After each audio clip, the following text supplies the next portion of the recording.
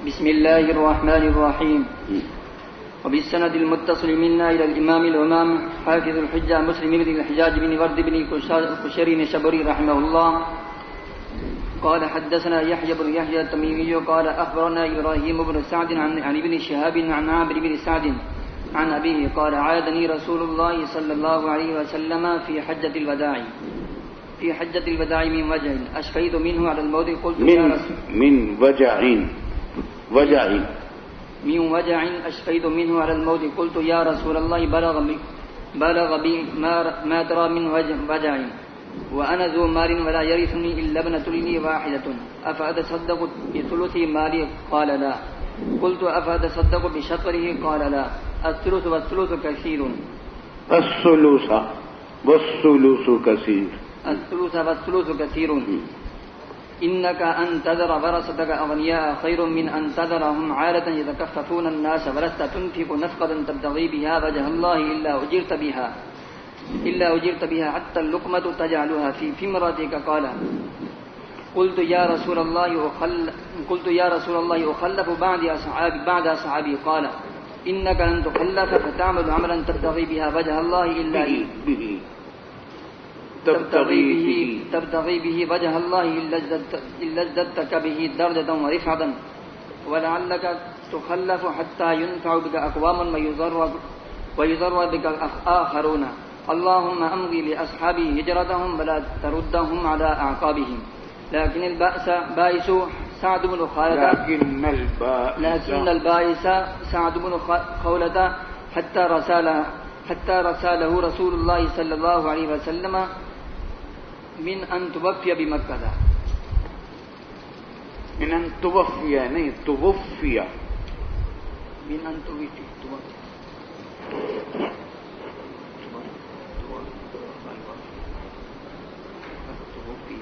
یہ حضرت سعد بن ابی وقاص رضی اللہ عنہ کا واقعہ ہے. پڑھا ہوگا آپ نے اور بھی کہیں پڑھا ہے نا.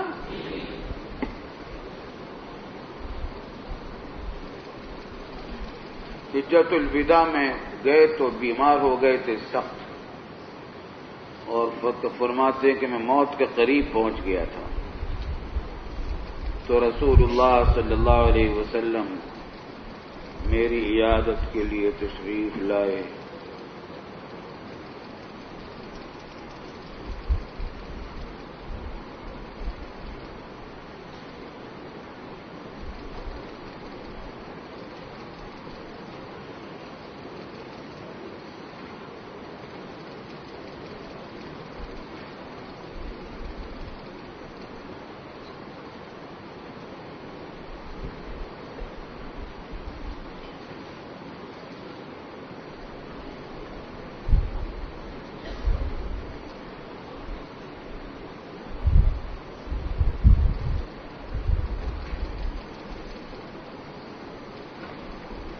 دفتر میں لانا اس کو دفتر میں لانا. آج کے دستخط ہو گئے ہو گئے.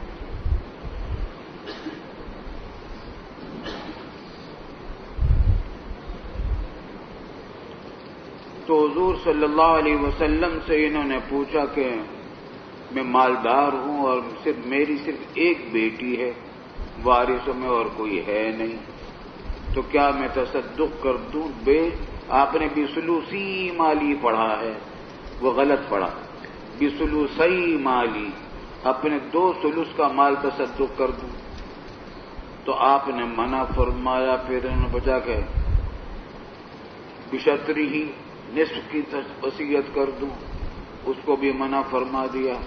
فرمایا کہ الثلث اختر الثلث یا آتی الثلث والثلث کثیر اور ثلث بھی بہت ہے.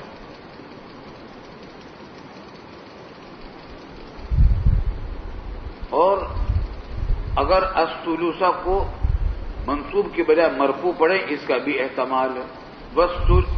الثلث والثلث کثیر یکفی کا الثلث والثلث کثیر. ایک ثلث بھی تیرے لیے کافی ہے اور وہ بھی بہت ہے. انک انتظر اور انتظرہ دونوں طریقے سے پڑھا گیا ہے. تذرا چھوڑے تو اغنیاء خیر من ان تذرهم عالة يتكففون الناس ولا تنفق نفقة تبتغي بها وجه الله الا اجرت بها حتى اللقمة تجعلها في امرأتك قال قلت یا رسول اللہ. یہ دیکھیے میں نے عرض کی کہ یا رسول اللہ اخلف بعد اصحابی. یہاں اخلف سے مراد ہے کہ میں مکہ مکرمہ میں پیچھے رہ جاؤں گا اپنے رفقائے سفر کے بعد. مطلب یہ کہ ہم دارالہجرت سے مکہ مکرمہ میں آئے ہوئے ہیں. یہاں مجھے اندیشہ یہ ہو رہا ہے کہ شاید میں یہیں رہ جاؤں گا, یہیں مجھے موت آ جائے گی اور میرے ساتھی واپس دارالہجرت میں چلے جائیں گے. ان کو خطرہ تھا کہ کہیں میری ہجرت کا ثواب ختم نہ ہو جائے, ہجرت باطل نہ ہو جائے یا ہجرت کا ثواب نہ ختم ہو جائے. تو آپ نے فرمایا کہ انک لن تخلف فتعمل عملا تبتغی به وجه اللہ الا ازددت به درجة ورفعة.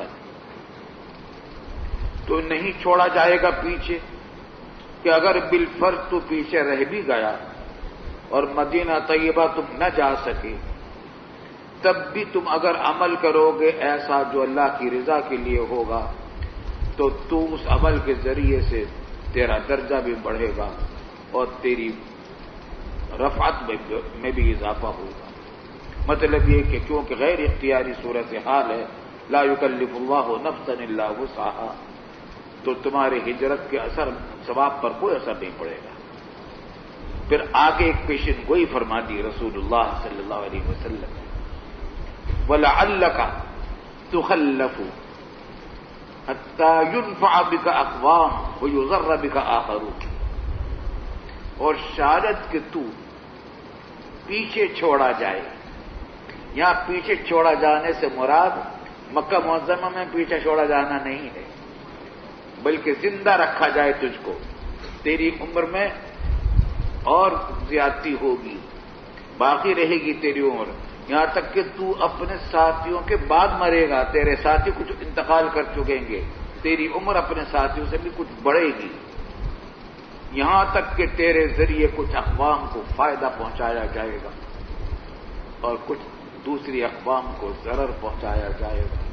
یہ معجزات میں سے ہے رسول اللہ صلی اللہ علیہ وسلم. فاتح قادسیہ ہیں, فاتح کسرا ہیں, ان کتنی اقوام کو فائدہ پہنچایا, لوگ مشرف اسلام ہو گئے فتوحات اسلام کے نتیجے میں. دین اور دنیا کا فائدہ ان کو پہنچا. وَيُضَرَّ بِكَ آخَرُونَ, اور بہت سے قتل کیے گئے, حالت کفر میں قتل کیے گئے, یا ان کو غلام بنایا گیا, یا ان کو گرفتار کیا گیا. تو ان کے ذریعے سے تمہارے ذریعے سے کچھ قوموں کو ضرر بھی پہنچے گا. اللہم امضِ لاصحابی ہجرتہم.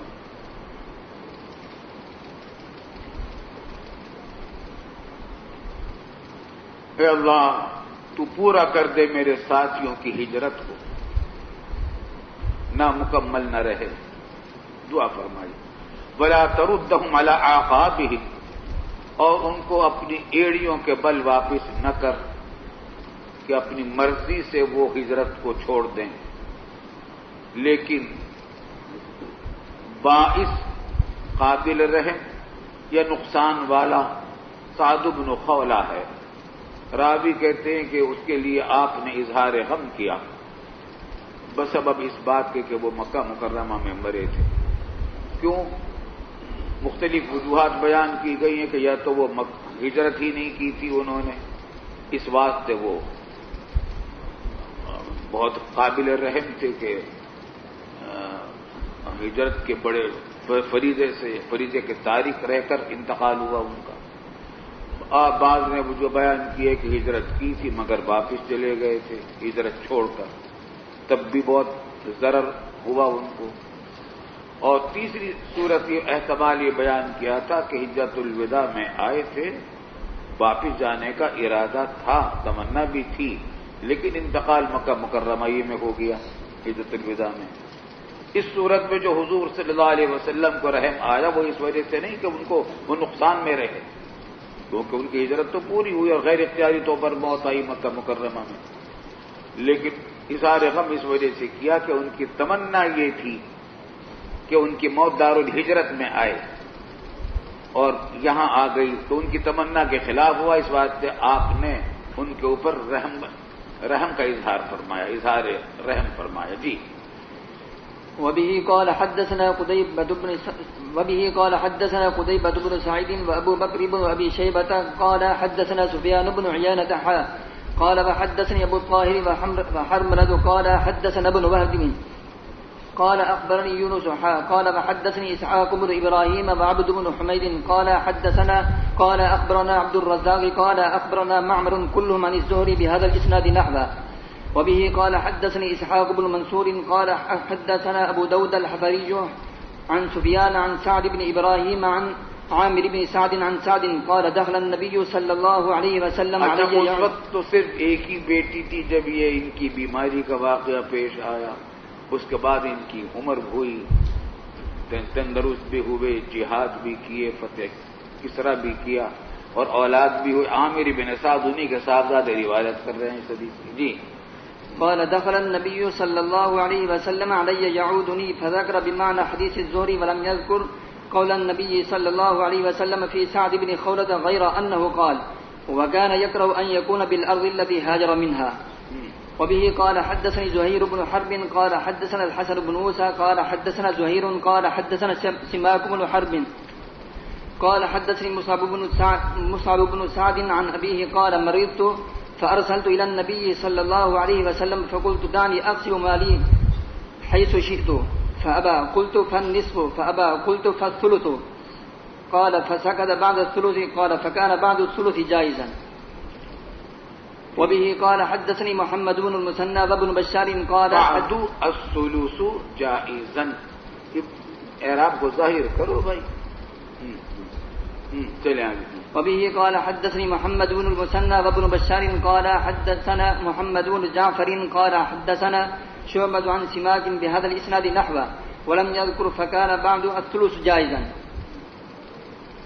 وبه قال حدثني القاسم بن زكريا قال حدثنا حسين بن علي عن زائدة عن عبد الملك بن عمير عن مصعب بن سعد عن أبيه رضي الله عنه وعنه قال عادني النبي صلى الله عليه وسلم فقلت أوصي بمالي كله فقال لا قلت فالنصف فقال لا فقلت أبي الثلث فقال نعم والثلث كثير. وبه قال حدثنا محمد بن أبي عمر المكي قال حدثنا أبي عمر المكي قال حدثنا الثقفي عن أيوب السختياني عن أيوب السختياني عن عمرو بن سعيد عن حميد بن عبد الرحمن الحميري عن ثلاثة من ولد سعد كلهم. سعد کے 3 صاحبزادوں سے روایت کر رہے ہیں. جی. يحدث عن أبيه أن النبي صلى الله عليه وسلم دخل على سعد يعوده بمكة فبكى فقال ما يبكيك فقال قد خشيت أن أموت بالأرض التي هاجرت منها كما مات سعد بن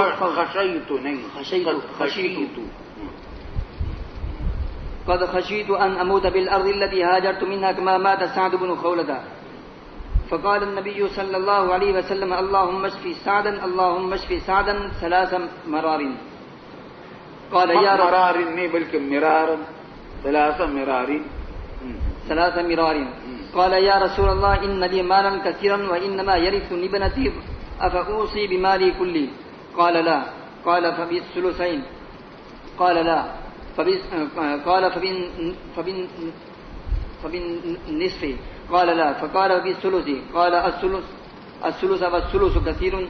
إن صدقتك من مالك صدقة وإن نفقتك عن عيالك صدقة على عيالك عني على عيالك صدقة وإنما تأكل امرأتك من مالك صدقة وإنك أن تدع أهلك بخير أو قال بعيش خير من أن تدعهم أن يتكففون الناس من أن تدعهم يتكففون الناس. وقال بيده وقال أشار بيدي. آپ نے اشارہ کیا یوں کہ اس طریقے سے لوگوں کے ہاتھ سامنے ہاتھ پھیلائے. جی. وبه قال حدثني أبو الربيع العتكي قال حدثنا حماد قال حدثنا أيوب عن عمرو بن سعيد عن حميد بن عبد الرحمن الحميري عن ثلاثة من ولد سعد قالوا مرض سعد بمكة فأتاه رسول الله صلى الله عليه وسلم يعود بنحو حديث الثقفي. وبه قال حدثني محمد بن المثنى قال حدثنا عبد الأعلى قال حدثنا هشام عن محمد عن حميد بن عبد الرحمن قال حدثني ثلاثة من ولد سعد بن مالك كلهم يحدثنيه مثل حديث صاحبه قال مرض سعد بمكة فأتاه النبي صلى الله عليه وسلم يعود بنحو حديث عمرو بن سعد عن حميد بن الحميري. وبه قال حدثني إبراهيم بن موسى الرازي قال أخبرنا عيسى يعني بن يونس قال وحدثنا أبو بكر بن أبي شيبة أبو كريب قال حدثنا بكيع قال وحدثنا أبو كريب قال حدثنا ابن نمير كلهم عن هشام بن عروة عن أبيه عن ابن عباس رضي الله تعالى عنهما وعنهم قال لو أن الناس غزوا من الثلث إلى الربع. کاش کے لو تمنی کے لیے ہے، کاش کے لوگ کمی کریں، غزو نقل کم کریں ثلث سے ربع کی طرف، مطلب یہ کہ پورا ثلث کی بھی وصیت نہ کریں، ثلث سے بھی کم کی کریں، ربع کی کریں. فإن رسول اللہ صلی اللہ علیہ وسلم قال الثلث والثلث کثیر، تو ثلث کو آپ نے بہت بتایا، تو اس سے معلوم ہوتا ہے کہ ثلث کرنا بھی زیادہ بہتر نہیں ہے عام حالات میں. وفی حدیث وکیل کبیر او کثیر، والثلث کبیر او کثیر، راوی نے اپنے شک کے طور پر دونوں الفاظ ذکر کیے ہیں. ایک بات یہاں یاد رکھنے کی ہے کہ آپ جگہ جگہ دیکھتے ہیں کہ جہاں قلیل اور کثیر کا فیصلہ کرنا ہوتا ہے کہ مائے کثیر کون سا ہے، قلیل کون سا ہے، غبن فاحش کتنا ہے، غبن فاحش سے کم کتنا ہے، ایسے تمام مواقع میں امام مالک رحمۃ اللہ علیہ کا قول آپ دیکھتے ہیں کہ کیا کہ ثلث کو جہاں کہتے ہیں ثلث اگر ثلث ہے تو کثیر ہے، وہ اس سے استدلال کرتے ہیں، یہ قاعدہ انہوں نے یہاں سے لیا. جی چلیے. حنفیہ کے ہاں تو رائے مبتذلہ بھی پر چھوڑا جاتا ہے قلیل اور کثیر کا فیصلہ، اور مالکیہ کے ہاں یہ ہے عام طور سے. جی. باب وصول ثواب الصدقات الى الميت. وبه قال حدثنا يحيى بن ايوب وقتيبة بن سعيد وعلي بن حجر قال علي بن حجر قالوا حدثنا اسماعيل وهو ابن جعفر عن العلاء عن أبيه عن أبي هريرة رضي الله تعالى عنه وعنهم أن رجلا قال للنبي صلى الله عليه وسلم إن أبي مات وترك مالا ولم يوصي فهل يكفر عنه أن تصدق عنه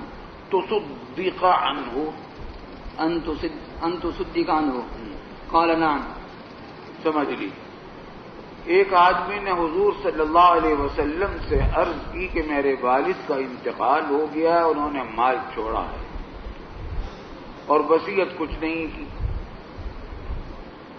تو کیا ان کے لیے کفارہ کر دے گی یہ بات کہ ان کی طرف سے تصدق ہو جائے، تصدق کر دیا جائے،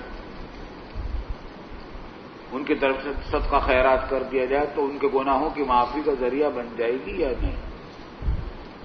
یہ گناہ نہیں کہ وصیت نہیں کی تھی، یہ تو کوئی گناہ کی بات نہیں ہے، مطلب کوئی اور گناہ اگر ہیں تو ان کا کفارہ بن جائے گا یا نہیں، یہ بات کہ ان کی طرف سے صدقہ کر دیا جائے. قال نعم. اور دوسرے نسخوں میں اتصدق ہے، ان اتصدق عنہ، کہ کیا ان کے لیے کفارہ بن جائے گی یہ بات کہ میں تصدق کر دوں ان کی طرف سے؟ فرمایا کہ ہاں. چنانچہ معلوم ہوا کہ میت کی طرف سے نیابتاً صدقہ خیرات کیا جا سکتا ہے، اس پر اتفاق ہے، اس میں کوئی اختلاف نہیں، اور حج میں بھی کوئی اختلاف نہیں ہے. بات سمجھ میں آ رہی ہے؟ صدقے میں بھی کوئی اختلاف نہیں ہے. البتہ اختلاف اس میں ہے کہ نیابتاً عبادت بدنی یا محضہ کی جا سکتی ہے میت کی طرف سے یا نہیں. جمہور کے نزدیک نہیں کی جا سکتی، حنفیہ کے نزدیک بھی نہیں کی جا سکتی. بعض حضرات غالباً ظاہریہ ہیں یا امام احمد بن حنبل ہیں، وہ کہتے ہیں کہ نماز مرنے والے کی طرف سے نماز بھی پڑھی جا سکتی ہے، روزہ بھی رکھا جا سکتا ہے، لیکن اس سلسلے میں جمہور کی دلیل حضور صلی اللہ علیہ وسلم کا ارشاد لا یصوم احدکم عن احد ولا یصلی احدکم عن احد.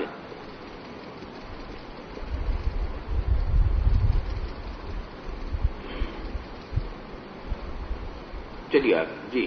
وبه قال حدثنا زهير بن حرب قال حدثنا يحيى بن سعيد عن هشام قال أخبرني أبي عن عائشة رضي الله تعالى عنها وعنهم أن رجلا قال للنبي صلى الله عليه وسلم إن أمي افتلتت نفسها. افتلتت نفسها اور نفسها دونوں طریقے سے پڑھا جا سکتا ہے. افتلتت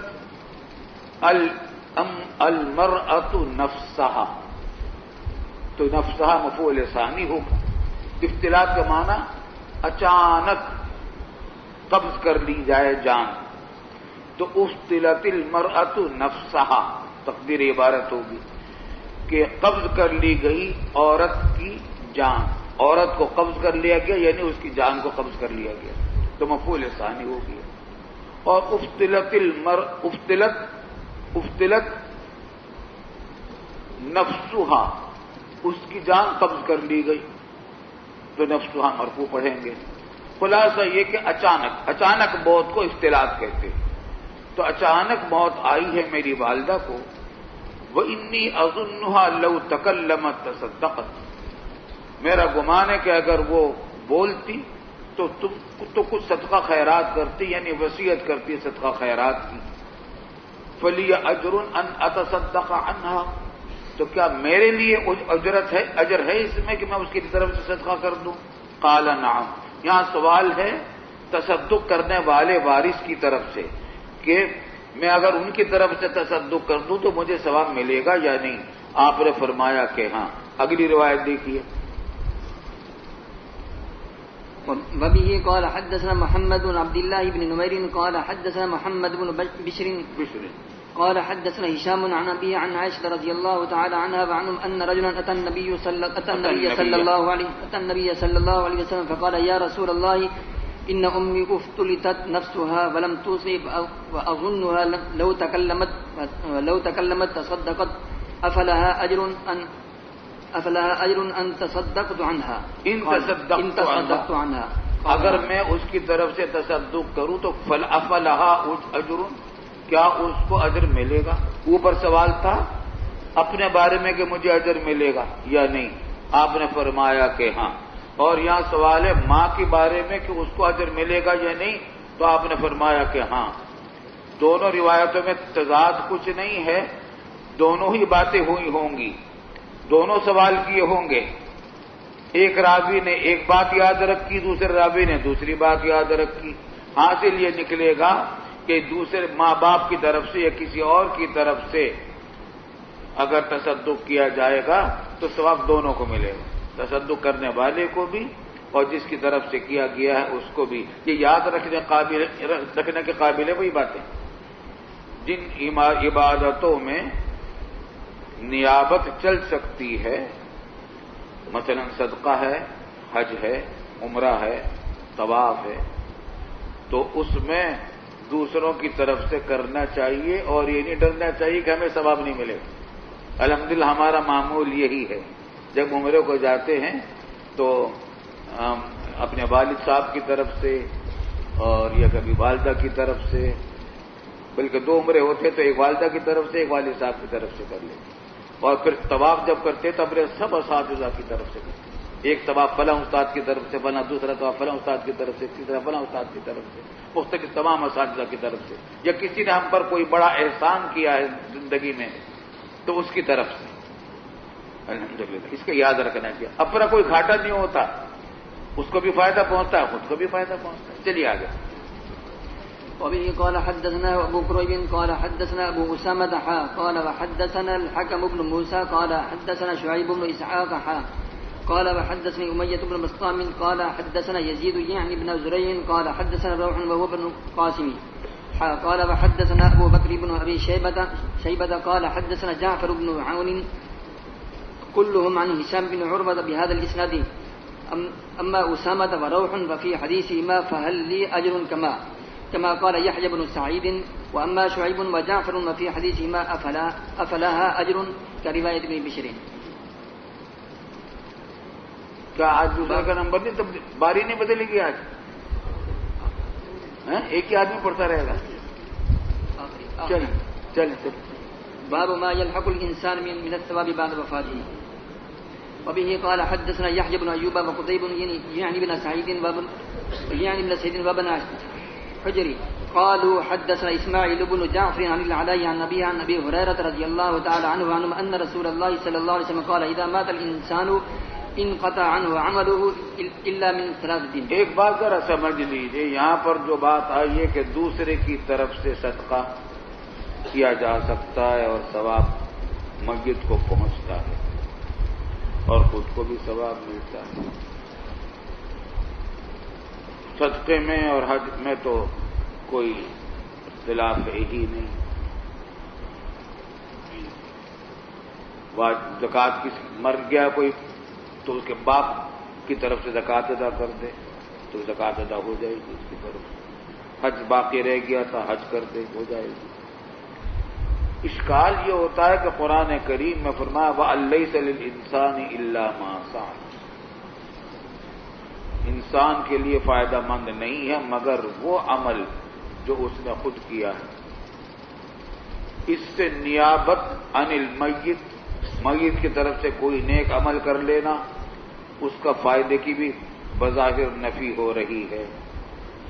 اور ایصال ثواب جو ہم کرتے ہیں تلاوت قرآن کریم کر کے، اس کی بھی نفی ہو رہی ہے. الحمدللہ ہمارا معمول یہ ہے کہ ہم زیادہ تلاوت کا تو موقع نہیں ملتا، کم ہمتی ہے، مشاغل ہیں، لیکن روزانہ ایک پارہ پڑھنے کا معمول ہے ہمارا.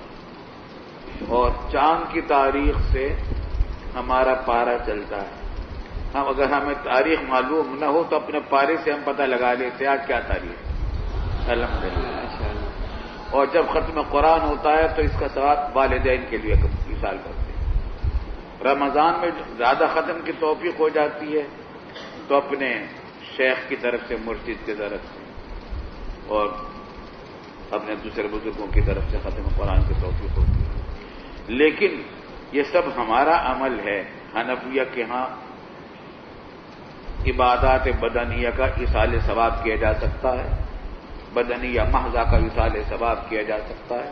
نیابت نہیں کی جا سکتی. نماز تو نہیں پڑھی جا سکتی، روزہ نہیں رکھا جا سکتا ماں باپ کی طرف سے، میت کی طرف سے، لیکن نماز پڑھ کے ایصال ثواب کیا جا سکتا ہے، روزہ رکھ کے ایصال ثواب کیا جا سکتا ہے، تلاوت کر کے ایصال ثواب کیا جا سکتا ہے. تو اشکال ہوتا ہے کہ قرآن کریم فرمایا کہ لیس للانسان الا ما سعى. یہ مسئلہ پڑھ لیا ہے کہیں؟ یہ اشکال جواب پڑھ لیا ہے؟ نہیں پڑھا. تو یہ سمجھ لیجیے آج کل متجددین یہ بات کیا کرتے کہ یہ تو مولویوں نے ڈکوسلا بازی کر رکھی ہے کہ میں بس مر گیا تو اس کی طرف سے روزہ رکھ اور ایصال ثواب کر لو اور صدقہ خیرات کر لو. بڑے خوش ہوتے ہیں کہ میت کو فائدہ پہنچ گیا. قرآن تو نفی کر رہا ہے لیس للانسان الا ما سعى. منکرین حدیث خاص طور سے یہ بات کہتے ہیں. تو اس کے ایک جواب یہ ہے کہ آیت کا ظاہر یہی بتلاتا ہے، لیکن اس آیت کے عموم میں ما سعى کے عموم میں تخصیص ہو گئی ہے الا ما سعى کے احادیث مشہورہ کی وجہ سے. ایصال ثواب اور نیابت عن المیت اعمال میں کرنا روایات مشہورہ سے ثابت ہے. اس واسطے یہ اس آیت میں کے عموم میں تخصیص اس سے ہو گئی ہے. ہمارا مذہب یہ، جمہور کا مذہب یہی ہے کہ خبر مشہور سے تخصیص عام الکتاب میں ہو جاتی ہے.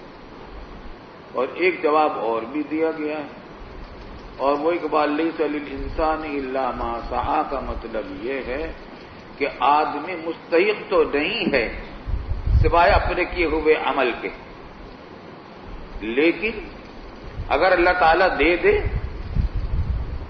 استحقاق کے بغیر اور بندوں کی دعا سے اور ایصال ثواب کی بنیاد پر تو اس کی بمانات بھی اس سے نہیں آتی۔ اللہ للانسان الا ما سعی سے استحقاق کی نفی ہوتی ہے، فائدہ پہنچنے کی نفی نہیں ہوتی۔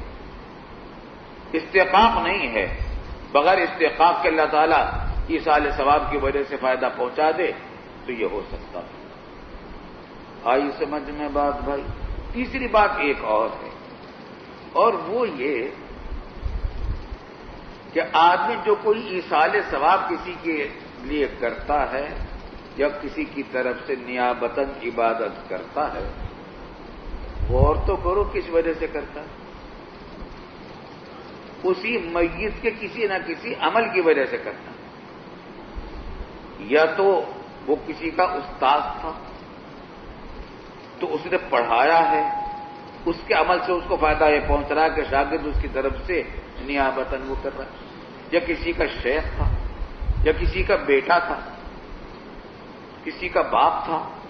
آئی سمجھ میں بات؟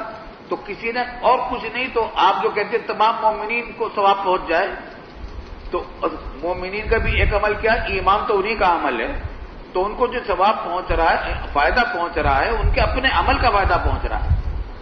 جس کو بھی آپ ایصال ثواب کرتے ہیں یا کسی کی طرف سے عبادت کرتے ہیں تو در حقیقت اگر دیکھا جائے تو اس میں اس کو جو فائدہ پہنچ رہا اپنے عمل کی وجہ سے پہنچ رہا، البتہ بواسطہ زندہ کے ایصال ثواب کے۔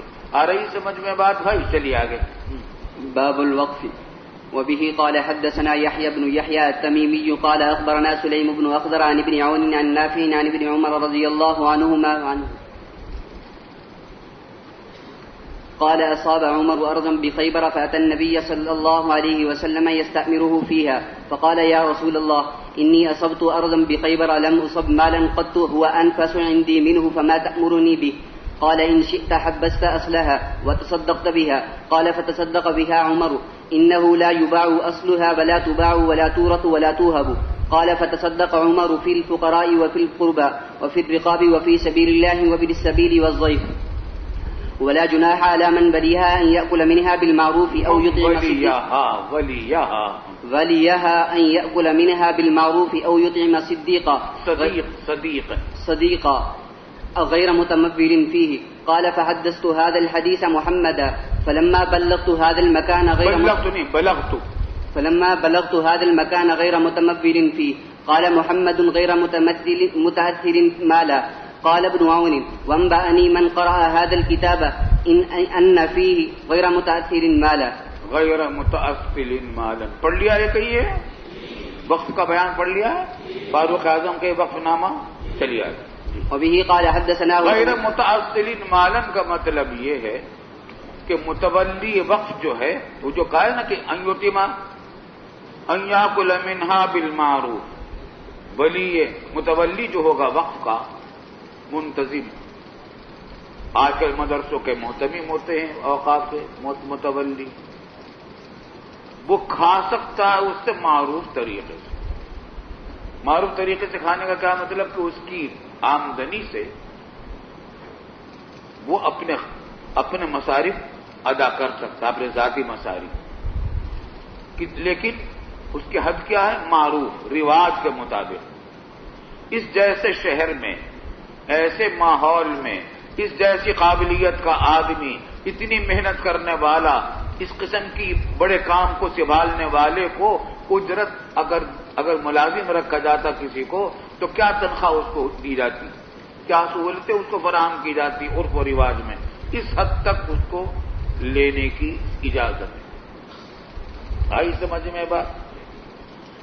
اور یہ بھی اجازت ہے کہ او یطعم صدیقا، یا اپنے کسی دوست کو کھلا دے، مہمان آیا ہے کوئی اس کو کھانا کھلا دے، لیکن غیر متمول فیہ، لیکن اس حالت میں کہ وہ تمول کرنے والا نہ ہو، مطلب ہی کہ یہ نہ کرے کہ مالداری پیدا کرے کہ پیسے جمع کر کے بینک میں جمع کروائے اور جائیدادیں خریدنی شروع کر دے مدرسے کے پیسے سے، اور یہ کہ یہ اپنا مال ہو گیا، یہ حرام خوری ہوگی. آ گئی سمجھ بعد اللہ پناہ میں رکھے. بس اپنے اوپر جتنا خرچہ معروف طریقے سے رواج کے مطابق ہوتا ہے اس حد تک کی گنجائش ہے، اس سے زیادہ کی نہیں. آئی سمجھ میں بات بھائی؟ کھانے میں، رہنے میں، سہنے میں جتنا خرچہ ہوتا ہے رواج کے مطابق. آپ حضرات کو دارالعلوم میں ہمارے یہاں اچھا آپ حضرات کے علم میں رہے، یہ بات آپ حضرات کو مدرسوں سے انشاءاللہ مدرسوں میں کام کریں گے اور ذمہ داریوں کے مناسب بھی انشاءاللہ ملیں گے، مگر اپنے اساتذہ کا طریقہ آپ حضرات کے علم میں رہنا چاہیے، اپنے بزرگوں کا. آپ دیکھتے ہیں یہ دستخط جو ہوتے ہیں روزانہ اور ٹائم لکھا جاتا ہے، معلوم ہے کیوں لکھا جاتا ہے؟ کیوں لکھا جاتا ہے؟ تنخواہ کٹتی ہے، تنخواہ کٹتی ہے. 9 منٹ تک معاف ہے تاخیر، 9 منٹ سے زائد اگر تاخیر ہوئی ہے تو وہ معاف نہیں، ادھر جو ہوگی اندراج ہوگی. یہ رجسٹر ہر مہینے حساب کے اس میں حساب ہوتا ہے ہر استاد، تمام ملازمین کے رجسٹر اسی طرح ہیں. اساتذہ اور ملازمین میں فرق رکھا گیا ہے. ملازمین کو تو اپنے رجسٹر پر دستخط کرنے پڑتے ہیں استقبالیہ میں جا کر، غیر مدرسین بڑے سے بڑا عہدیدار بھی جا کر وہیں دستخط کرے گا. لیکن اساتذہ کا احترام ہے کہ وہ خود اپنے قلم سے خود لکھیں گے، ان کی دیانتداری پر بھی اعتماد ہے. دستخط کریں گے اور ٹائم لکھیں گے کتنے بج کر کتنے منٹ پر میں آیا ہوں، اور پھر مہینے بھر میں جتنی تاخیر ہوئی ہوگی اس کا ایک ضابطہ ہے، تو اس کے مطابق اس تاخیر کے پیسے کٹ جائیں گے. اور افسوسناک بات یہ ہے کہ صدر صاحب کے پیسے سب زیادہ کٹ جاتے ہیں، کیونکہ تاخیر ہمیں بہت ہو جاتی ہے. بڑھاپا آ گیا، کچھ تو بڑھاپا سبب ہے، کچھ دارالعلوم بھی کہ دوسرے مشاغل گھر سے نکلنے لگتے، کوئی ٹیلی فون آ گیا، راستے میں کوئی مل گیا، عین موقع پر کسی کا ٹیلی فون آ جاتا ہے، تاخیر ہو گئی. اگرچہ بسا اوقات وہ تاخیر مدرسے کے کام کی وجہ سے ہوتی ہے، لیکن ہم تو یہ نہیں دیکھتے کہ کس وجہ سے ہوئی، ہم تو یہ دیکھتے کہ استاد کے ساتھ پہنچایا تھا درسگاہ میں، تو نتیجہ یہ ہوتا کہ تنخواہ کٹ جاتی ہے. ہمارے استاد محترم حضرت مولانا صاحبان محمود صاحب رحمۃ اللہ علیہ، ان کے اللہ تعالیٰ ان کے درجات بلند فرمائے، وہ ناظم تعلیمات تھے. اب ناظم تعلیمات مولانا راحت علی صاحب ہیں، تو یہ کام وہ کرتے ہیں تنخواہوں کے حسابات کا، کٹوتی کا. تو حضرت مولانا صاحبان محمود صاحب رحمۃ اللہ علیہ کے ایک مرتبہ مجھ سے فرمانے لگے کہ بھائی ایس مولوی رفیع صاحب ایسا کرو، آپ ماشاءاللہ اس ادارے کے سربراہ ہیں، اچھا نہیں لگتا کہ آپ کی تنخواہ کاٹی جائے تاخیر کی وجہ سے، اور ویسے بھی تاخیر آپ کی زیادہ تر تو مدرسوں کے کاموں کی وجہ سے ہوتی ہے. تو میں نے عرض کیا کہ حضرت اگر میں اپنی تنخواہ نہیں کٹواؤں گا تو پھر میں دوسروں کی تنخواہ بھی نہیں کاٹ سکوں، میرے لیے یہ ممکن نہیں ہوگا. تو تنخواہ کٹتی ہے اور سب سے زیادہ ہماری کٹ جاتی ہے. خیر انشاءاللہ اس میں خیر ہے، انشاءاللہ اس میں خیر ہے، مگر یہ باتیں یاد رکھنے کی. مجھے جس انداز کی مصروفیت ہے آج کل عرف یہ ہے کہ ایسی مصروفیت والے کو مکان، بجلی، پانی، گیس، سیوریج سب مفت ملتا ہے.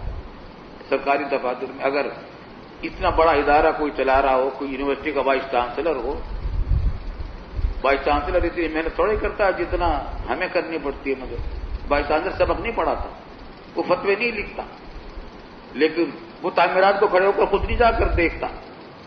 یہاں تو یہ سب کچھ کرنا پڑتا ہے. تو لیکن اگر وائس چانسلر کی برابری تنخواہ ہو تو وائس عام طور سے اصول ہے کہ اس کو ادارے کی طرف سے اعلیٰ درجے کی گاڑی ملتی ہے، ڈرائیور ملتا ہے، مکان ملتا ہے، بجلی، پانی، گیس یہ سب مفت ملتے ہیں، اور تنخواہ بھی بہت زبردست ملتی ہے. تو ہمارے ہاں یہ کہ ہم بجلی، پانی، گیس وغیرہ سب کی کٹوتی ہوتی ہے، کئی ہزار روپے ہمارے ہر اسی میں کٹ جاتا ہے. ٹیلی فون مفت ملتا ہے، لیکن ہمارے ہاں ٹیلی فون مجھے بھی ملا ہوا ہے گھر میں، لیکن اس میں شرط یہ ہے کہ 450 مقامی کا لوکل کالیں مفت ہے میرے لیے. 450 سے زائد اگر ہو جائیں گی تو اس کے پیسے کٹیں گے. اس کا حساب بل کے اندر ہوتا ہے، حسابات میں تنخواہ میں سے کاٹ دیتے ہیں، ہمیں الگ سے نہیں دینا پڑتا.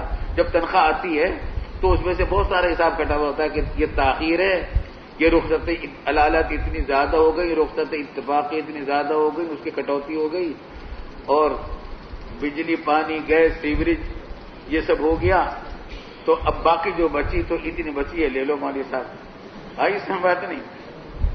ایک بات. دوسری بات یہ کہ گاڑی مفت ہوتی ہے. آپ دیکھتے ہوں گے دارالعلوم کی گاڑی میں شاذ و نادر استعمال کرتا ہوں. میں اپنی ذاتی گاڑی استعمال کرتا ہوں. میری گاڑی پرانی ہو گئی، 12-14 سال پرانی ہے. لوگوں کو شوق ہوا کرتا ہے نئی گاڑی لینے کا، تو میرے الحمدللہ مجھے کچھ کو کوئی ایسا شوق نہیں، اپنا ذاتی گاڑی ہے. تو مدرسے کے کام سے بھی جاتا ہوں تو عام طور سے مدرسے کی گاڑی نہیں لے جاتا ہوں، اپنی گاڑی لے جاتا ہوں، کیونکہ مجھے اس میں ذرا زیادہ اطمینان رہتا ہے. کہیں مجھے کسی چھوٹا موٹا کام کرنا پڑ گیا اپنے ساتھی، اگر مدرسے کی گاڑی لے گیا مدرسے کے کام سے، اب ذاتی کام کرنا پڑ گیا اس کا حساب رکھنا پڑتا ہے، تو میں اپنی گاڑی لے جاتا ہوں مدرسے کے کام کے لیے. لیکن کبھی مدرسے کی گاڑی اگر لے جاتا ہوں تو گاڑی کے اندر ڈرائیور کے پاس ایک کاپی رکھوا رکھی ہے، دیکھ لینا کبھی وہ، اس میں ڈرائیور کی یہ پابندی ہے، ڈیوٹی ہے. میں اس کو بتاؤں گا جب کبھی مدرسے کے کام سے جا رہا ہوں اور وہاں سے مجھے جانا ہے کسی اور اپنے ذاتی کام سے، اس سے کہہ دوں گا تو کبھی فلاں جگہ میں اپنے ذاتی کام سے جا رہا ہوں. اب یہ اس کی ذمہ داری ہے کہ وہ میٹر دیکھ کر نوٹ کرے گا کتنے کلومیٹر سے یہاں ذاتی کام شروع ہوا ہے، اور وہ کاپی میں لکھے گا، اور اگلے دن وہ مجھ سے پیسے وصول کر کے رسید مجھے دے گا. اگر نہیں دے گا تو اس کی شامت آئے گی. ہماری بات، ہاں اس کا مواخذہ ہوگا. وہ اگر کبھی بھول جائے گا تو اس کا مواخذہ ہوگا، اس کی ادائیگی کی جاتی ہے. ہماری میز کے اوپر آپ جو دیکھتے ہیں نا چیزیں، اسٹیشنری کا کتنا سامان ہوتا ہے، ہزاروں روپے کا سامان ہوتا ہے آج کل تو طرح طرح کی. وہاں اس میں ہمارا ذاتی ڈاک بھی آ جاتی ہے، کسی میں پن لگانا ہے، کسی میں دستخط کرنے ہیں. تو ہمیں اشکال ہوتا تھا کہ مدرسے کی چیز کو ہم کیسے استعمال کریں. تو ہم نے یہ کر رکھا ہے کہ اس میز کے اوپر دارالعلوم کی کوئی چیز لانے کی اجازت نہیں. میرے دفتر کے لوگوں پابندی لگا رکھی ہے کہ میری لکھنے کی میز پر کوئی اسٹیشنری مدرسے کی نہیں آئے گی، وہ ساری میری ہوگی. اس کو خریدنے کی ذمہ داری بھی ان پر نہیں ہے، وہ ادارۃ المعارف سے لے لیں گے. ادارۃ المعارف والوں کی ذمہ داری کو فراہم کریں. قلم ہے، روشنائی ہے، پینسلیں، فلاں فلاں سب چیزیں، تاکہ ہمارا ذہن فارغ رہے کہ مدرسے کی چیز ہم استعمال نہیں کر رہے. ڈر لگا رہتا ہے ادھر ادھر. مہمان آ جاتے تھے ہمارے پاس شروع میں جب انتظامی ذمہ داریاں آئیں. اب مہمان مدرسے کا آیا ہے، اب ہم اس کے ساتھ کیسے کھانا کھائیں؟ ہم تو تنخواہ دار ملازم ہیں، مہمان کے ساتھ کھانا کیسے کھائیں؟ اگر نہیں بیٹھتے کھانا کھانے کے لیے تو اکرام ضیف کے خلاف ہے، بیٹھتے ہیں تو کیسے کھانا کھائیں؟ تو پھر ہم نے یہ کر رکھا ہم دونوں بھائیوں نے کہ اپنی تنخواہ میں سے کٹوا دیتے ہیں مہمانداری کے حساب سے. کئی ہزار روپے ہم کٹوا دیتے ہیں مہمانی کے حساب سے. چنانچہ ہمارے پاس جتنے مہمان آتے ہیں، کھانے کا ان کی دعوت ہو یا ان کے تواضع ہو، مشروبات وغیرہ سے کسی چیز سے، وہ سب اس مد سے ہوتی ہے. وہ مد الگ حسابات میں موجود رہتا ہے. ہمارے دفتر والے اس کا باؤچر بنائیں گے اور اس کا ادائیگی ہوگی. اس کا فائدہ یہ بھی ہوتا ہے کہ میرا کوئی ذاتی مہمان اگر آ گیا کوئی، اس کو بھی ہم بٹھا لیتے ہیں، ورنہ ہم ذاتی مہمان کو نہیں بٹھا سکتے تھے. دارالعلوم کے مہمان کے موجودگی میں اگر فرض کر لیجیے میرا کوئی قریبی رشتہ دار آ گیا، میں اس کو تو یہ نہیں کہہ سکتا کہ تم الگ بیٹھو، ظاہر ہے کہ اس کو بٹھانا پڑے گا. بٹھاتا تو مدرسے کے پیسے کیسے کھلا دیتا اس کو. اس واسطے یہ کر رکھا ہے تمام. اللہ تعالیٰ پھر بھی بھول چوک سے بچائے. مگر ہم آپ کے کاموں میں اس واسطے ڈال رہے ہیں، اپنے تقویٰ کا اظہار نہیں کر رہے. ہم متقی نہیں ہیں، بالکل نہیں ہیں متقی. ڈر لگا رہتا ہے، پتہ نہیں کیا کیا غلطیاں ہو جاتی ہوں گی.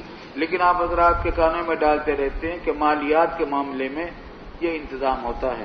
اللہ تعالیٰ پھر بھی بھول چوک سے بچائے. چلیے آگے. وبه قال حدثناه أبو بكر بن أبي شيبة قال حدثنا ابن أبي زائدة قال وحدثنا إسحاق قال أخبرنا أزهر السماني قال سمانو قال وحدثنا محمد بن المثنى قال حدثنا ابن أبي عدي كلهم عن ابن عون بهذا الإسناد مثله غير أن حديث ابن أبي زائدة وأزهر انتهى عند قوله أو يطعم صديقا غير متمثل فيه ولم يذكر ما بعده. وحديث ابن أبي عدي فيه ما ذكر سليم قوله فحدثت بهذا الحديث محمد إلى آخره. وبه قال حدثنا إسحاق بن إبراهيم قال أخبرنا أبو داود الحفري عمر بن سعد عن سفيان عن ابن عون عن نافع عن ابن عمر عن عمر رضي الله عنه قال أصبت أرضا من أرض خيبر فأتيت رسول الله صلى الله عليه وسلم فقلت أصبت أرضا لم أصب مالا أحب إلي ولا أنفس عندي منها وساق الحديث بمثل حديثهم ولم يذكر فحدثت محمدا وما بعده. باب ترك الوصية لمن ليس له شيء يوصى فيه. وبه قال حدثنا يحيى بن يحيى التميمي قال أخبرنا عبد الرحمن بن مهدي عن مالك بن مغول عن طلحة بن مصرف قال سألت عبد الله بن أبي أوفى هل أوصى رسول الله عبد الله بن أبي أوفى هل أوصى رسول الله صلى الله عليه وسلم فقال لا. قلت فلما كتب على المسلمين الوصية أو قال فلما أمروا بالوصية قال أوصى بكتاب الله تعالى. طلحۃ بن مصرف کہتے ہیں کہ عبداللہ بن اوفا سے میں نے عبداللہ بن ابی اوفا سے پوچھا کہ کیا رسول اللہ صلی اللہ علیہ وسلم نے کوئی وصیت کی تھی، تو انہوں نے فرمایا کہ نہیں کی. ان کے سوال کا منشا یہ تھا کہ کیا کسی مال کی وصیت کسی کے لیے کی تھی یا خلافت کی وصیت حضرت علی کے لیے کی تھی، جیسا کہ شیعہ کہتے ہیں کہ حضور صلی اللہ علیہ وسلم نے حضرت علی کے لیے وصیت کی تھی خلافت کی، اور اہل بیت کے لیے مال دولت کی کچھ وصیت کی تھی. تمام روایات جھوٹی روایتیں ہیں ان کے پیش کردہ، اور ہر روایت میں شیعہ راوی ہے، تو اس وجہ سے یہ ثابت نہیں ہے، اس کی نفی ثابت ہے، تو وہ نہ وصیت نہیں کی. قال فلما كتب على المسلمين الوصیۃ، پھر وصیت مسلمانوں پر کیوں فرض کی گئی؟ كتب عليكم اذا حضر احدكم الموت ان ترك خيرا الوصية للوالدين والاقربين الى آخره. ایسا حکم کیوں دیا گیا؟ بظاہر سوال کرنے والے کو یہ معلوم نہیں تھا کہ وہ آیت منسوخ ہو چکی ہے. آیت میراث نے اس آیت وصیت کو منسوخ کر دیا ہے. یہ اس وقت کی بات تھی، وصیت فرض اس وقت کرنا جب میراث کے احکام نہیں آئے. او قال فلما امروا بالوصیہ قال اوصى بکتاب اللہ تعالی. مطلب یہ کہ مال و دولت اور خلافت کی تو وصیت نہیں کی، لیکن کتاب اللہ کی وصیت کی اصطلاح تھا. کتاب اللہ اور سنت رسول کی بارے میں بار بار آپ وصیت فرماتے رہے کہ ان کو اگر تم نے تھامے رکھا تو تم گمراہ نہیں ہوگے. چلو آگے.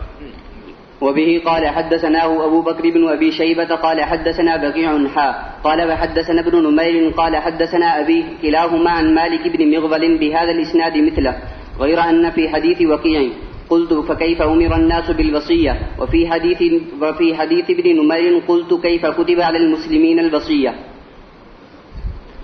وبه قال حدثنا أبو بكر بن أبي شيبة قال حدثنا عبد الله بن نمير وأبو معاوية عن الأعمش قال وحدثنا محمد بن عبد الله بن نمير قال حدثنا أبي وأبو معاوية قال حدثنا الأعمش عن أبي وائل عن مسروق عن عائشة رضي الله عنها وعنهم قالت ما ترك رسول الله صلى الله عليه وسلم دينارا ولا درهما ولا شاة ولا بعيرا ولا أوصى بشيء. وبه قال حدثنا زهير بن حرب مال کی وصیت نہیں کی. جی. وبه قال حدثنا زهير بن حرب وعثمان بن ابي شيبة ورنہ کچھ دوسری وصیتیں کی ہیں جن کا کچھ ذکر آگے آ رہا ہے. کتاب اللہ کی وصیت تو ہمیشہ ہی فرماتے تھے، کتاب اللہ اور سنت نبی کی. جی. وعثمان بن ابي شيبة واسحاق بن ابراهيم كلهم عن جرير قال وحدثنا علي بن خشرم من اخبرنا عيسى وهو ابن يونس جميعا عن الأعمش بهذا الاسناد مثله. وبه قال حدثنا يحيى بن يحيى وأبو بكر بن أبي شيبة واللفظ ليحيى قال أخبرنا إسماعيل بن علي عن ابن عون عن إبراهيم عن الأسود بن يزيد قال ذكروا عند عائشة رضي الله عنها أن عليا كان وصيا فقالت متى أوصى إليه فقد كنت مسندته إلى صدري أو قالت حجري فدعا بالتسط فلقد خنث في حجري بس ڈھلک گئے حضرت صلی اللہ علیہ وسلم. جی فلقد انخنث في حجري وما شعرت أنه مات فمتى أوصى إليه. شیعہ یہ کہتے ہیں کہ حضرت صلی اللہ علیہ وسلم کی وفات کے وقت آپ کا سر مبارک حضرت علی کی گود میں تھا اور اس وقت وصیت کی تھی، لیکن وہ تمام روایات ضعیف ہیں اور ہر روایت میں شیعہ راوی ہے، اس واسطے ان پر کوئی اعتماد نہیں کیا جا سکتا اور یہ حدیث صحیح ہے. چلیے آگے، اس کی نفی ہو گئی ہے. وبه قال حدثنا سعيد بن منصور وقتيبة بن سعيد وأبو بكر بن أبي شيبة وعمر الناقد واللفظ لسعيد. یہ واقعہ قرطاس آ گیا، بڑا واقعہ قرطاس کہاں، کون سی جلد میں؟ ثانی میں. تفصیل سے پڑھ لیا ہے نا، بس یہ پڑھ لو، دیکھو آگے. جی واللفظ لسعيد قالوا حدثنا سفيان عن سليمان الأحبل عن سعيد بن جبير قال قال ابن عباس رضي الله عنهما يوم الخميس وما يوم الخميس ثم بكى حتى بل دمعه الحصى فقلت يا ابن عباس یا ابا عباس، یا ابا عباس کنیت ہے. جی یا ابا عباس وما يوم الخميس، ابن عباس کی کنیت ہے ابو عباس. جی وما يوم الخميس قال اشتد برسول الله صلى الله عليه وسلم وجعه فقال ائتوني اكتب لكم كتابا لا تضلوا بعدي فتنازعوا وما ينبغي عند نبي تنازع وقالوا ما شأنه أهجر استفهموه. اہجر کے لفظ کے بارے میں بھی بڑی خباثت کی یہ شیعہ نے کہ نسبت کی کہ یہ اس سے مراد ہے ہذیان، اور فاروق اعظم نے یہ بات کہی تھی کہ حضور صلی اللہ علیہ وسلم علیہ باللہ ہذیان کر رہے ہیں. جی جی استفهموه قال دعوني فالذي أنا فيه خير أوصيكم بثلاث أخرجوا المشركين من جزيرة العرب. یہ الفاظ تو پڑھ چکے ہیں نا بخاری میں، ان کے جوابات بھی پڑھ چکے ہیں، تفصیل سے نہیں پڑھے. اچھا ٹھیک ہے، واقعہ پڑھ لو، ترجمہ کر لو کہ دیکھیں. دیکھیے یہاں تک تو بات یہ ہو گئی کہ جمعرات کے دن رسول اللہ صلی اللہ علیہ وسلم کو تکلیف بڑھ گئی، شدید ہو گئی، تو آپ نے فرمایا کہ ایتونی، لاؤ. کیا لاؤ؟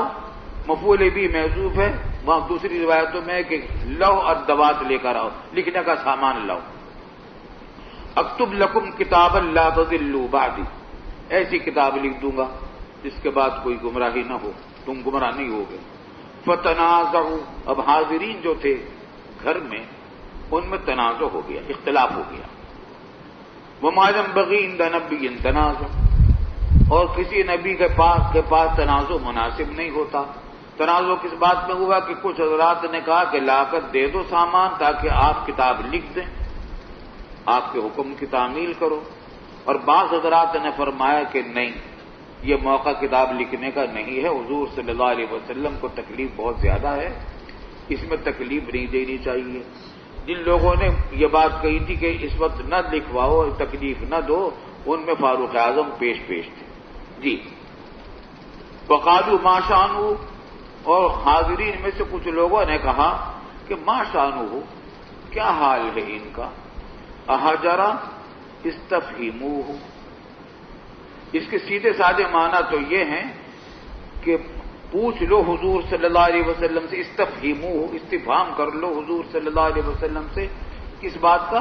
اہجرا، کہ کیا حضرت صلی اللہ علیہ وسلم نے چھوڑ دیا ہے ہمیں، مطلب ہے کہ چھوڑ کر جانے والے، اللہ رخصت ہونے والے، وفات کا وقت آ گیا قریب. بات سمجھے؟ یہ پوچھ لو. پوچھنے کا کیا مقصد تھا؟ مقصد یہ تھا کہ اگر آپ یہ فرماتے ہیں کہ میری وفات کا وقت قریب ہے تو پھر لا کر دے دو کتابت کا سامان تاکہ حضور صلی اللہ علیہ وسلم لکھ دیں کتاب. اور اگر یہ فرماتے کہ نہیں ابھی وقت قریب نہیں آیا تو تکلیف مت دو.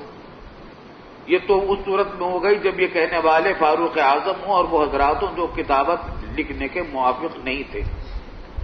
اور اگر یہ کہنے والے وہ حضرات تھے جو کتابت کرانے کے حامی تھے، اگر انہوں نے کہا ہے تو پھر مطلب یہ ہوگا کہ حجر یحجر حجرا، اس کے معنی ہذیان کے بھی آتے ہیں. تو اس کا پھر مطلب یہ ہوگا کہ تم جو مخالفت کر رہے ہو کہ کتاب کے حضور کے حکم کی تعمیل نہ کی جائے، کتابت کا سامان نہ لایا جائے کہہ رہے ہو، تو کیا حضور صلی اللہ علیہ وسلم العیاذ باللہ ہذیان کر رہے ہیں؟ استفہام انکاری کے طور پر ہے. مطلب یہ کہ یہ ہذیان نہیں فرما رہے.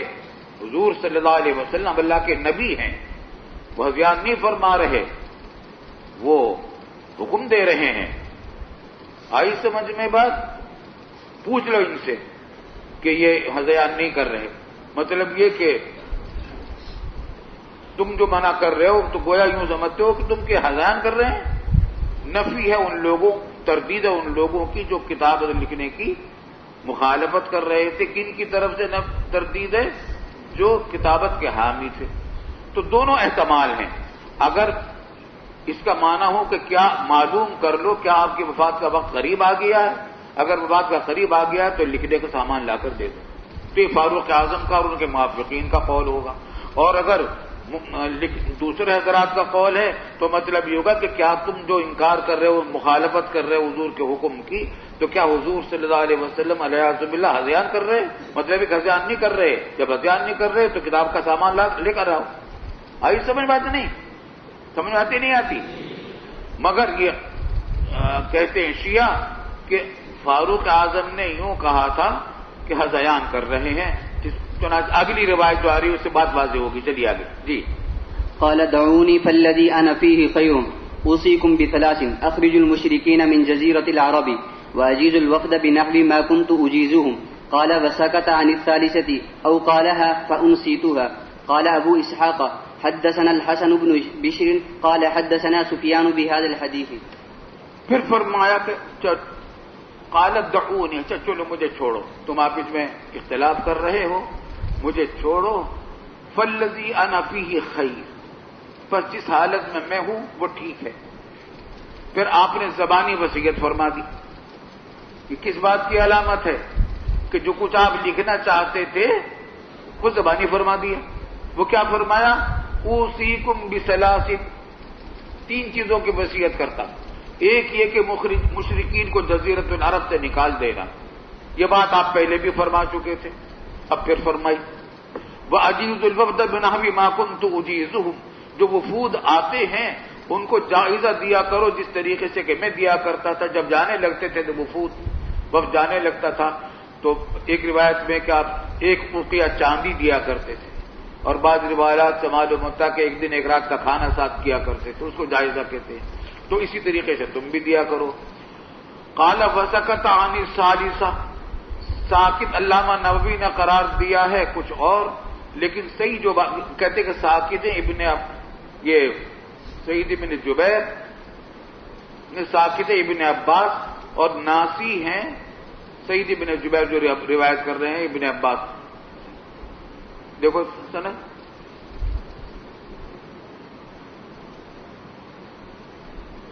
بات سمجھ آ رہی ہے نا؟ سعید ابن جبیر ابن عباس سے روایت کرتے کہتے سکوت کیا ابن عباس نے، او قالہا فانسیتھا.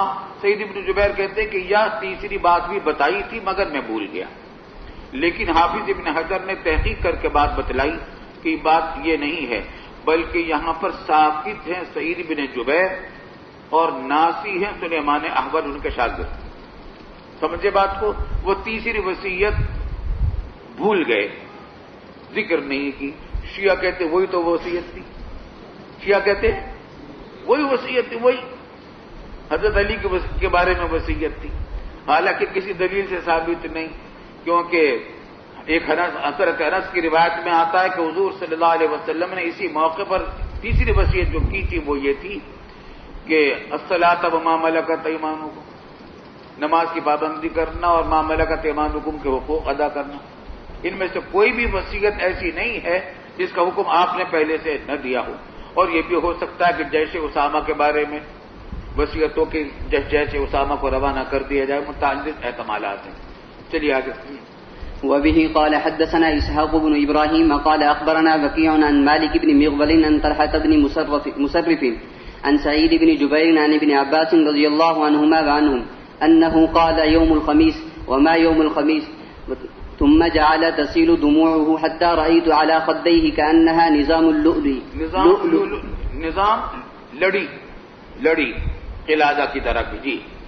قال رسول الله صلى الله عليه وسلم ائتوني بالكتف والدوات أو قال اللوح والدوات اكتب لكم كتابا لن تضلوا بعده أبدا. فقالوا إن رسول الله صلى الله عليه وسلم يهجر.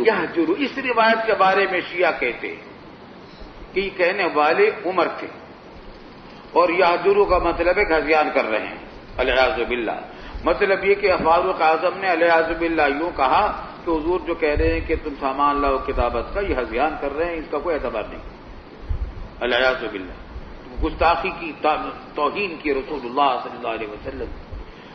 خوب سمجھ لیجئے اس موقع پر شیعوں نے بہت بڑے بڑے شدید اعتراضات کیے ہیں فاروق اعظم پر. 5 بڑے بڑے اعتراضات کیے. سب سے پہلا اعتراض تو یہ کیا کہ آگے آ رہا ہے کہ فاروق اعظم نے کہا کہ حسبنا کتاب اللہ کی کتاب کافی ہے، بس اب رہنے دو. حضور صلی اللہ علیہ وسلم کو تکلیف زیادہ ہے، اس میں کتاب حضور سے مت لکھواؤ. تو حسبنا کتاب اللہ کہہ کر حجیت حدیث کا انکار کیا. ایک اعتراض تو یہ کیا. دوسرا اعتراض یہ کیا کہ حضور صلی اللہ علیہ وسلم کے حکم کی صریح خلاف ورزی کی. تیسرا اعتراض یہ کیا کہ امت کو ایک ایسی کتاب سے محروم کر دیا جو ضلالت اور گمراہی سے بچانے والی تھی. اور چوتھا اعتراض یہ کیا کہ حضور صلی اللہ علیہ وسلم وہی بات لکھوانا چاہتے تھے حضرت علی کی تو خلافت کا، تو اس سے محروم کر دیا. اور پانچواں اعتراض کیا کہ اہل بیت کے خلاف سازش کی، جو کتاب ان کے مطلب کی آ سکتی تھی اس کی خلاف ورزی کی. آئی سمجھ میں بات؟ ان 5 اعتراضات کا مفصل مدلل کافی شافی جواب ہم نے درس مسلم میں لکھوا دیا. اس کا مطالعہ کر کے آ جانا کل، اور پھر وہ مواضع امتحان میں سے بھی ہے، یاد رکھنا. چلو بس آگے تو عبارت ہی ہے. چلو ہم نے وعدہ ہو گیا بھائی، 10 منٹ کا پورا ہو گیا.